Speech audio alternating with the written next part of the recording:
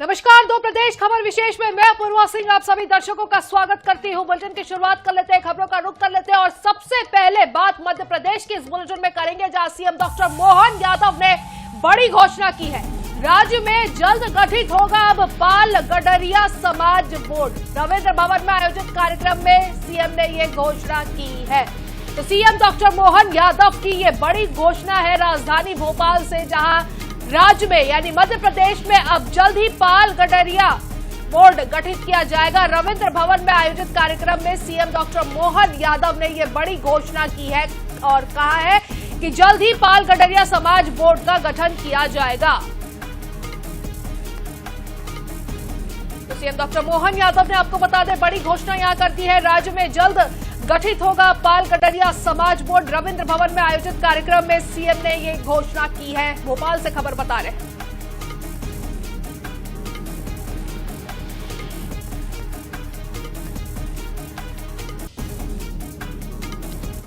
अगली खबर भी राजधानी भोपाल से ही, जहां आईएनएच न्यूज की खबर का बड़ा असर हुआ है। मध्य प्रदेश में रेत खनन के खिलाफ सख्त कार्रवाई के निर्देश, दिशा निर्देशों के कड़ाई से पालन करने के निर्देश।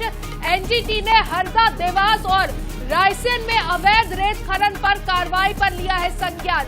पर्यावरणीय सुरक्षा पर एनजीटी का जोर। अधिकरण ने रेत खनन से संबंधित कानूनी एवं पर्यावरणीय सुरक्षा उपायों की विस्तार से की समीक्षा। रेत खनन की अनुमति देने से पहले जिला सर्वे रिपोर्ट के पालन करने पर जोर दिया गया है। व्यवस्थाओं का प्रभावी क्रियान्वयन सुनिश्चित करने के भी निर्देश दिए गए हैं। जिला सर्वे रिपोर्ट की तैयारी और क्रियान्वयन के निर्देश भी यहाँ दिए गए हैं। आईएनएच न्यूज से आपको बता दें कि अवैध रेत खनन को लेकर प्रमुखता से खबर दिखाई थी। तो आईएनएच न्यूज की खबर का एक बार फिर से बड़ा असर हुआ है और इस पूरे मामले पर अवैध रेत खनन पर अब संज्ञान ले लिया गया है। तो आदेश की ये कॉपी भी निकलकर सामने आई है। आपको बता दें आईएनएच न्यूज की खबर का बड़ा असर मध्य प्रदेश में देखने को मिला है। राजधानी भोपाल से हम आपको खबर बता रहे हैं। अवैध रेत उत्खनन को लेकर आईएनएच न्यूज ने खबर दिखाई थी। प्रमुखता से उस खबर को हमने आप तक दिखाया था और अब उस खबर पे असर हुआ है। निर्देश जारी कर दिए गए हैं अवैध रेत उत्खनन को लेकर। तो आईएनएच न्यूज की खबर का बड़ा असर राजधानी भोपाल में देखने को मिल रहा है। मध्य प्रदेश में रेत खनन के खिलाफ सख्त कार्रवाई के निर्देश दे दिए गए हैं।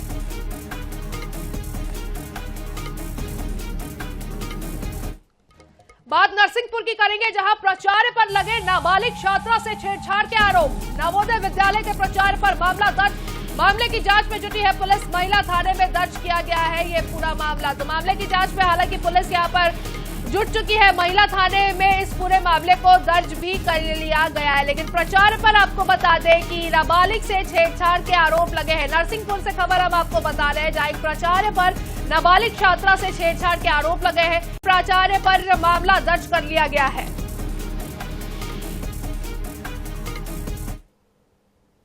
बेसिकली प्रकरण पिछले मंथ ही पंजीबद्ध किया गया है, जिसका जांच जारी है और वर्तमान में विवेचना उसका चल रहा है। उसमें जो भी आगे तथ्य आएंगे, जो भी विवेचना में आएगा, उसके आधार पर अग्रिम विवेचना कार्यवाही उसमें चल रही है, उसी आधार पर कार्यवाहियां की जाएंगी। तथा स्वतंत्रता दिवस को लेकर राजधानी रायपुर में तैयारियां पूरी तरीके से पूरी कर ली गई है। 15 अगस्त को शहर के 130 से ज्यादा स्कूलों में सुबह 7 बजे ध्वजारोहण किया जाएगा। साथ ही स्कूल परिसरों में देशभक्ति से जुड़े विभिन्न सांस्कृतिक कार्यक्रमों का आयोजन भी किया जाएगा। वहीं राजधानी के पुलिस परेड ग्राउंड में आयोजित होने वाले मुख्य कार्यक्रम में रायपुर संभाग के 300 से अधिक बच्चे हिस्सा लेंगे। शहर के प्रमुख स्थानों और शैक्षणिक संस्थानों में राष्ट्रीय पर्व को लेकर विशेष तैयारियां की गई है। 15 अगस्त को लेके सभी तैयारियां जो हैं वो अब अपने अंतिम चरण पे पहुंच चुकी हैं। ऐसे में राजधानी रायपुर में भी तैयारियां जो हैं वो पूरी हो चुकी हैं। हमारे साथ रायपुर डीईओ मौजूद हैं, हम उन्हीं से बातचीत करेंगे और जानेंगे कि आखिर शिक्षा विभाग में 15 अगस्त को लेके क्या कुछ तैयारी रहने वाली है। सर, इस बार तिरंगा यात्रा जो है वो खास तौर पर निकाली जा रही है। 15 अगस्त को लेके क्या कुछ तैयारियां जो है वो शिक्षा विभाग ने की? हर वर्ष के भांति हमारे स्वतंत्रता दिवस को सम्मान रूप मनाने का पूरा विभाग से निर्देश है और इसमें कड़ी में हमारे पूरे रायपुर जिले के चारों विकास खंडों में जो सरकारी संस्थाएं और निजी संस्थाएं सभी ध्वजारोहण जो है समय पर करेंगे। इसमें जो है हमारे अभी वर्तमान में जो है विद्यालय मर्ज होने के बाद अभी जो है 1032 शासकीय विद्यालय हैं। इसमें अलग अलग मर्ज हुआ, मतलब पहले संख्या ज़्यादा लग रहा था, स्कूल वैसे ही है, है ना। लेकिन इस सभी विद्यालयों में समय पर सुबह प्रभात फेरी होंगे, सांस्कृतिक कार्यक्रम होंगे, ध्वजारोहण होंगे, वहाँ के जनप्रतिनिधियों के बीच में विभिन्न कार्यक्रम संपादित किए जाएंगे और तिरंगा यात्रा वाला जो है वो तो चल ही रहा है। ये सब कार्यक्रम के लिए पूरा दिशा निर्देश सभी को जारी किया गया है। तिरंगा यात्रा भी निकाली जा रही है, प्रदेश भर में तिरंगा यात्रा निकाली जा रही है। क्या रायपुर में जितने सरकारी स्कूल के बच्चे हैं वो सब मिलके तिरंगा यात्रा या वैसा कुछ निकालने की तैयारी जो है 15 अगस्त के दिन की जा रही है? हमारे तिरंगा यात्रा तो बहुत बढ़िया संपन्न हो चुका है। हमारे यहाँ पे इंदौर स्टेडियम में जो है पूरे राज्य स्तरीय जो है हमारे माननीय मुख्यमंत्री जी के उपस्थिति में बहुत विशाल जो है आपका तिरंगा यात्रा का संपादन हो चुका है और सफल कार्यक्रम रहा है। इसमें पूरे हमारे इस शहर के बच्चों के पार्टिसिपेशन काफ़ी संख्या में रहे। सभी NCC wing, NSS wing, RSS red cross और आपके स्काउट एंड गाइड के पूरे बच्चे इसमें शामिल रहे हैं। तो ये थे हमारे साथ डीओ जिन्होंने साफ सीधे तौर पे बताया कि किस तरीके से 15 अगस्त को लेके जो तैयारियां हैं वो पूरी हो चुकी हैं। पूरे रायपुर संभाग से 300 से भी ज़्यादा बच्चे इस बार 15 अगस्त में पुलिस परेड ग्राउंड में पहुंचने वाले हैं और सांस्कृतिक कार्यक्रम के साथ साथ सुबह 7 से 8 बजे के बीच सभी जो मिलकर हैं वो ध्वजारोहण करेंगे। कैमरामैन रिजवान कुरैशी के साथ मनीष त्रिपाठी, INews 24/7 रायपुर। इधर कोरिया जिला मुख्यालय बैकुंठपुर स्थित सरस्वती उच्चतर माध्यमिक विद्यालय से 12वीं की परीक्षा उत्तीर्ण करने के बाद भी छात्रा को स्थानांतरण प्रमाण पत्र मिलने में काफी परेशानियों का सामना करना पड़ रहा है। दरअसल छात्रा की स्कूल फीस पूरी नहीं पटाए जाने के कारण स्कूल प्रबंधन टीसी जारी नहीं कर रहा है, जिसकी वजह से छात्रा को कॉलेज में दाखिला लेने में काफी परेशानियों का सामना करना पड़ रहा है। मामले को लेकर छात्रा के परिजनों ने कोरिया कलेक्टर के जनदर्शन में आवेदन देकर छात्रा को तत्काल स्थानांतरण प्रमाण पत्र दिलाने की गुहार लगाई है। हमारी बिटिया का टीसी और रिजल्ट रोका जा रहा है। हमको उसका एडमिशन का टाइम निकला जा रहा है। परेशानी हमको आ रहा है कि ये बेचारी को देख लीजिए, उसका एडमिशन पढ़ाई वो हो रहा है। हमारा मतलब टीसी रोका जा रहा है। पीजी कॉलेज में एडमिशन का डेट निकला जा रहा है। कल लास्ट डेट है। हम कलेक्टर ऑफिस भी आए थे, परंतु वहां आने के बावजूद भी हमको अभी तक कुछ मिला नहीं। डीओ ऑफिस जाने के बाद वो बोले शैलेश अंकल से मिलने, बट वहां जाने के बाद भी वो बोले कि जाओ कलेक्टर ऑफिस, हम नहीं देंगे टीसी। ये जनदर्शन में ये मामला कल मेरे समक्ष में आया है कि टीसी स्कूल द्वारा जारी नहीं किया जा रहा है और इसमें पहले भी जिला शिक्षा अधिकारी द्वारा इस स्कूल को निर्देशित किया गया है, परंतु पुनः संज्ञान में आया कि उसका पालन नहीं हो पाया है। तो मेरे द्वारा कल जनदर्शन में पुनः जिला शिक्षा अधिकारी को ये बात संज्ञान में लाई गई है कि उस बच्चे को टीसी दिलाए। हालांकि उस बच्चे का भी शायद कुछ फीस पेमेंट बचा हुआ है और उन्हें भी निर्देशित किया गया है कि किस्तों में करके फीस का पूरा पेमेंट। सीहोर के कोड़िया गांव में पिछले 3 सालों से बिजली आपूर्ति ठप है। गांव के लोग अंधेरे में जीवन गुजारने को मजबूर हैं। बिजली नहीं होने से स्कूली बच्चे दीपक और मोमबत्ती की रोशनी में पढ़ाई कर रहे हैं। वहीं बारिश के मौसम में अंधेरे के कारण ग्रामीणों को कीड़े मकोड़ों और अन्य जीव जंतुओं का डर भी बना रहता है। बिजली के अभाव में कृषि कार्य प्रभावित हो रहे हैं और ग्रामीणों को भारी परेशानियों का सामना करना पड़ रहा है। ग्रामीणों का कहना है कि समस्या की जानकारी संबंधित अधिकारियों को कई बार दी जा चुकी है, लेकिन अब तक समस्या का समाधान नहीं हुआ है।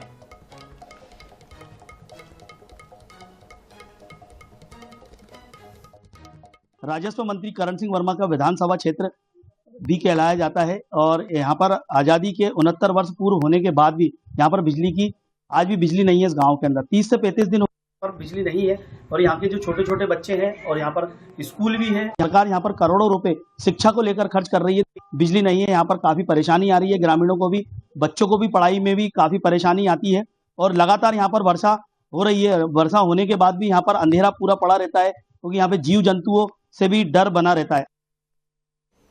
अब खबर उज्जैन के सम्राट विक्रमादित्य विश्वविद्यालय के भृत्यहरि छात्रावास की है, जहां रेनोवेशन के 1 महीने बाद ही छत से पानी टपकने लगा है। बारिश का पानी कमरों में गिरने से छात्रों की किताबें, कॉपियां, बैग और बिस्तर भीग रहे हैं। छात्रावास प्रशासन का कहना है कि संबंधित विभाग के अधिकारियों को जानकारी भेजी गई है। छात्रों ने यूनिवर्सिटी प्रशासन पर सवाल उठाए हैं। छात्रों का कहना है कि जिस समस्या के कारण पहले हॉस्टल खाली कराया गया था, वही परेशानी रेनोवेशन के बाद भी बनी हुई है। इससे पढ़ाई में परेशानी हो रही है। छात्रों ने सफाई और सुरक्षा व्यवस्था को लेकर भी गंभीर सवाल उठाए हैं। छात्रावास का रेनोवेशन कार्य करवाया गया है और चूंकि पहली बारिश है तो इसमें ऐसे तथ्य आ सकते हैं कि कहीं लीकेज वगैरह हो रहा है। हमने संबंधित अधिकारियों को, एजेंसी को चित्र भी भेजे हैं, सूचना भी भेजी है और उसको शीघ्र ही संज्ञान में लेकर के ठीक करवाएंगे। सुरक्षा को लेकर के हम लोग चिंतित है। सेडमैप से हमारी कार्रवाई चल रही है, अपने कर्मचारियों के चयन के लिए उनको लिखा है और काफी प्रक्रिया आगे बढ़ चुकी है। बहुत ही जल्दी सुरक्षा को लेकर के भी व्यवस्थाएं हो जाएंगी। भारत देश को आजादी 1947 में मिली। इस आजादी के पहले कई सालों तक लाखों लोगों ने अंग्रेजों से लोहा लिया। आजादी की इस लड़ाई में धमतरी जिले के नगरी सिहावा क्षेत्र के सैकड़ों वीर सेनानियों ने भी इसमें बढ़ चढ़कर हिस्सा लिया और अपना सर्वस्व झोंक दिया। नगरी क्षेत्र में ग्राम उमरगांव से सबसे ज्यादा संख्या में लोगों ने आजादी के आंदोलन में सक्रिय भूमिका निभाई थी। इसी वजह से उमरगांव को स्वतंत्रता संग्राम सेनानियों का गांव कहा जाता है। इस गांव की मिट्टी में आजादी के आंदोलन की खुशबू आज भी महकती है। देखिए स्वतंत्रता दिवस पर हमारी एक खास रिपोर्ट। अंग्रेजी शासन के दौरान नगरी सिहावा क्षेत्र के जंगलों को आरक्षित घोषित कर ग्रामीणों के पारंपरिक अधिकारों पर प्रतिबंध लगा दिया गया था। जंगल में प्रवेश, लकड़ी और घास लेने तथा मवेशियों को चराने पर रोक लगा दी गई थी। जंगल पर निर्भर आदिवासी और ग्रामीण समाज के सामने रोजी रोटी का संकट खड़ा हो गया था। इसी अन्याय के खिलाफ उमरगांव के वीर सपूत पंचम सिंह शेष, श्यामलाल सोम, हरका राम सोम और बिसंबर सिंह पटेल, जगत राम शेष के नेतृत्व में ग्रामीणों ने आंदोलन का रास्ता अपनाया। 21 जनवरी 1922 को उमरगांव से 5 किलोमीटर दूर स्थित झंडा भर्री नामक स्थान से जंगल सत्याग्रह आंदोलन की आवाज बुलंद हुई, जिसे कुचलने के लिए अंग्रेजों ने अपनी सारी ताकत झोंक दी। उमरगांव के 29 लोगों को बेंत मारने की सजा और 15 लोगों को जेल में डाल दिया गया।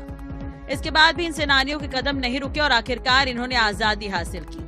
ग्रामीणों का कहना है कि उनके पूर्वजों ने आजादी की लड़ाई में अपना पूरा जीवन समर्पित कर दिया, लेकिन सरकार ने उन्हें याद कभी नहीं किया। शासन प्रशासन इस ऐतिहासिक गांव के योगदान को उचित सम्मान दे, इसे गौरव ग्राम का दर्जा देने की पहल करे, ताकि आजादी की लड़ाई में गांव के वीर सपूतों के योगदान को आधिकारिक पहचान मिल सके। शहीदों की बस्ती कहे जाने वाले ग्राम उमरगांव, जहां की धरती में यहाँ पर आप देख रहे हैं एक स्मारक बनाया गया है।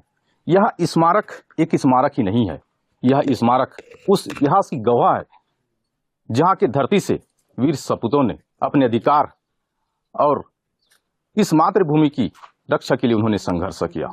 आज यहाँ पर जो उपस्थित हैं ये उन्हीं क्रांतिकारी वीर सपूतों के वंशज हैं जो यहाँ पर उपस्थित हुए हैं। उस समय आपके जो पूर्वज, कहना चाहिए वीर सपूत के रूप में उन्होंने एक क्रांतिकारी के रूप में लड़ाई लड़े। क्या बताए उस समय की किस तरह के उस समय तकलीफ होता था अंग्रेज शासन के समय, जिसके लिए उन्हें लड़ाई लड़ने के लिए सामने आए? अब भाई अंग्रेजों का शासन था यहाँ पर, तो यहाँ तो कुछ नहीं देते थे भाई, जंगल जाने के लिए नहीं देते थे, जंगल के वन उपज लाने के लिए नहीं देते थे। अच्छा, एक झंडा भरी कहा जाता है, उसका क्या इतिहास है? हसनपुरी में जाके झंडा फहराया, इसीलिए उसको झंडा फहराए, उस दिन से उसको झंडा भरी कहते हैं। अच्छा, क्या चाहते हैं इस गांव में, जैसे शहीदों की बस्ती के नाम से जाना जाता है, शासन के द्वारा क्या कहा और आपके परिवार को शासन से क्या लाभ मिला, कुछ बताएंगे? जी, पहले तो मैं बता दूं कि शासन से हमको तो अभी तक ऐसा कोई लाभ नहीं मिला है, और इस गांव में 40 से 45 परिवार ऐसे हैं जो स्वतंत्रता संग्राम सेनानी के वंश हैं, तो उन्हें भी किसी प्रकार का कोई मतलब शासन की योजना से कोई मिला नहीं है। और हम शासन से यही चाहते हैं कि पहले तो ये गांव को गौरव ग्राम बनाया जाए, उसके बाद में जो है हमारा जो ये वीर शहीदों का जो ये स्मारक है, स्मारक में सुधार लाएं। 15 अगस्त के अवसर पर ऐसे वीर सपूतों को, जिन्होंने देश को आजाद के लिए बलिदान हुए, प्राण न्यौछावर किए, ऐसे वीर क्रांतिकारियों को मैं INS 24/7 की ओर से सत नमन करता हूं। मैं अंगेज सिरवानी, INS 24 नगरी सिहावा।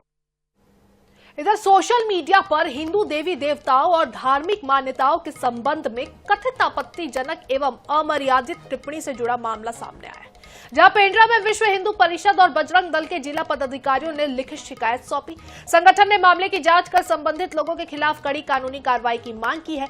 शिकायत में संगठन की ओर से आरोप लगाया गया है कि हंसराज गोयल नामक फेसबुक प्रोफाइल से भगवान शिव और हिंदू धार्मिक मान्यताओं को लेकर आपत्तिजनक पोस्ट प्रसारित की गई। संगठन का आरोप है कि उक्त पोस्ट पर अरुण पन्नालाल नामक व्यक्ति द्वारा हिंदू आस्था का कथित रूप से उपहास उड़ाते हुए टिप्पणी की गई।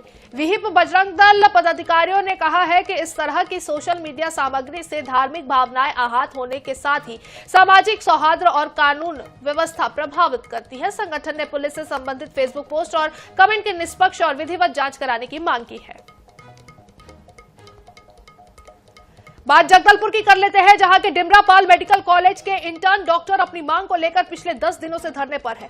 इंटर्न डॉक्टरों की मांग है कि उन्हें मिलने वाले स्टाइपेंड में बढ़ोतरी की जाए। अपनी मांग को लेकर डॉक्टरों ने जगदलपुर कलेक्टर कार्यालय पहुंचकर ज्ञापन देने की कोशिश की, लेकिन कलेक्टर से मुलाकात नहीं हुई। इसके बाद अपर कलेक्टर ने डॉक्टरों से मुलाकात कर उनका ज्ञापन शासन स्तर पर भेजने का भरोसा दिया। डॉक्टरों का कहना है कि इससे पहले भी उनकी मांग को लेकर पत्र शासन को भेजे जा चुके हैं, लेकिन अब तक कोई फैसला नहीं हुआ है। 11 अगस्त को इंटर्न डॉक्टरों ने रैली निकालकर भी अपनी मांग सरकार तक पहुंचाई थी। अब डॉक्टरों ने साफ कर दिया है कि अगर स्थानीय स्तर पर उनकी मांग पर सुनवाई नहीं हुई तो वे रायपुर जाकर सरकार के सामने अपनी बात रखेंगे। हालांकि रायपुर जाने की तारीख अभी तय नहीं है। वहीं प्रशासन का कहना है कि स्टाइपेंड बढ़ाने का फैसला शासन स्तर से होना है। जिला प्रशासन की ओर से सिर्फ डॉक्टरों का ज्ञापन संबंधित सक्षम अधिकारी तक भेजा जा सकता है। मांग एक ही है कि जो इंटर्नशिप का स्टाइपेंड है डॉक्टर्स का, वो बढ़ाया जाए। हम 10 दिन से लगातार धरने पे बैठे हुए हैं, लेकिन सरकार अभी तक नहीं सुनी है। तो आज हम सभी intern doctors Dimrapal medical college से यहाँ आए थे कलेक्टर सर से मिलने। कलेक्टर सर तो नहीं मिले हैं हम लोगों से, जो एडिशनल कलेक्टर थे वो मिले हैं हम लोगों से। तो उनका भी यही कहना है कि हम लेटर फॉरवर्ड कर देंगे, लेकिन लेटर 2-3 बार फॉरवर्ड हो चुका है वहाँ, फिर भी सरकार नहीं सुन रही है।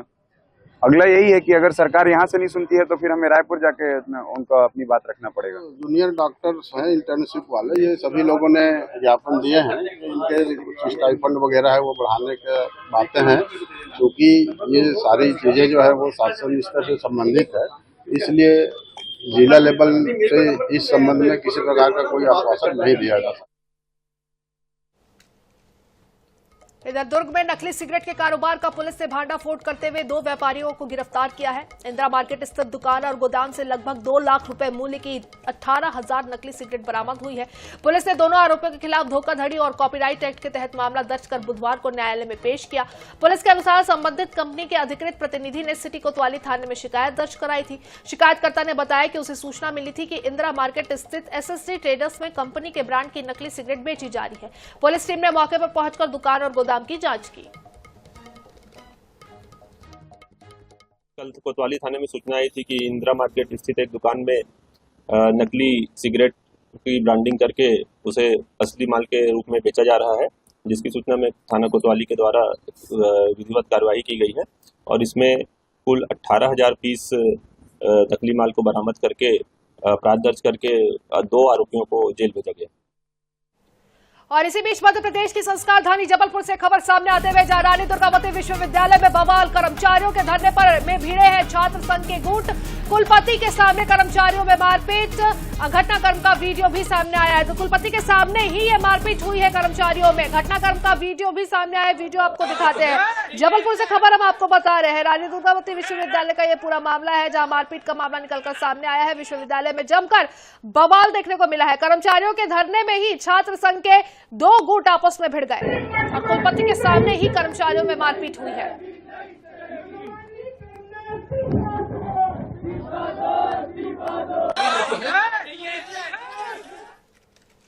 इधर उज्जैन के दशहरा मैदान में स्वतंत्रता दिवस समारोह की फुल ड्रेस रिहर्सल आयोजित की गई।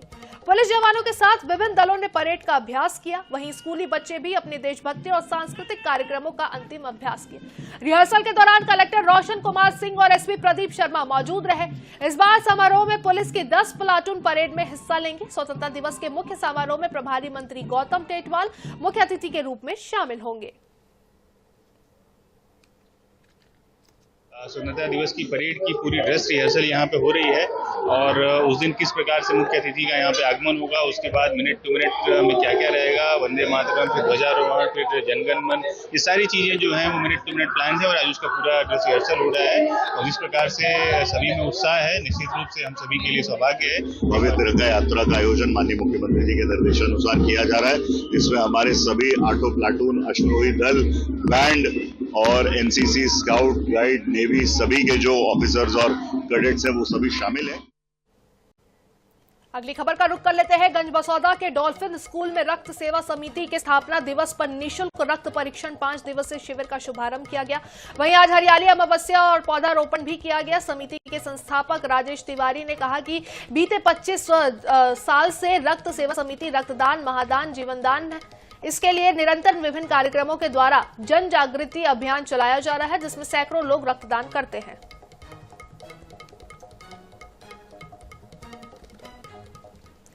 इधर सीधी जिले के जनपद पंचायत सिहावल के ग्राम कुशेड़ा में खराब और दुर्गम सड़कों के कारण बुधवार रात एक दर्दनाक स्थिति सामने आई।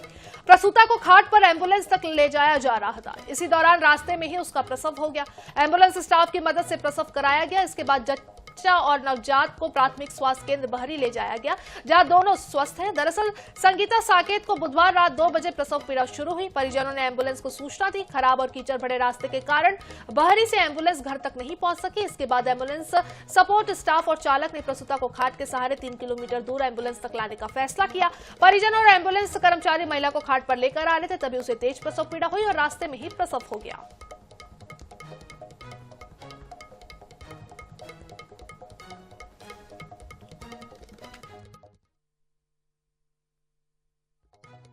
आप ये खटिया से लाद के मरीज को लाए हैं ऐसे 3 किलोमीटर दूर से। कितने किलोमीटर दूर से? 2 किलोमीटर। 2 किलोमीटर दूर से लाद के लाए हैं। तो ये खटिया से लाद के क्यों लाए हैं हम लोग इसको? अब समस्या है, रोड नहीं सही है, रोड नहीं है ना, रोड नहीं थी इसलिए हम लोग खटिया से लाद के लाए हैं ना। वीडियो बनाए हम दिखा रहे हैं। और इसी के साथ इस बुलेटिन में फिलहाल के लिए बस इतना ही, लेकिन खबरों का सिलसिला आई न्यूज़ पर लगातार जारी है। आप कहीं मत जाइए, बने रहिए हमारे साथ। नमस्कार।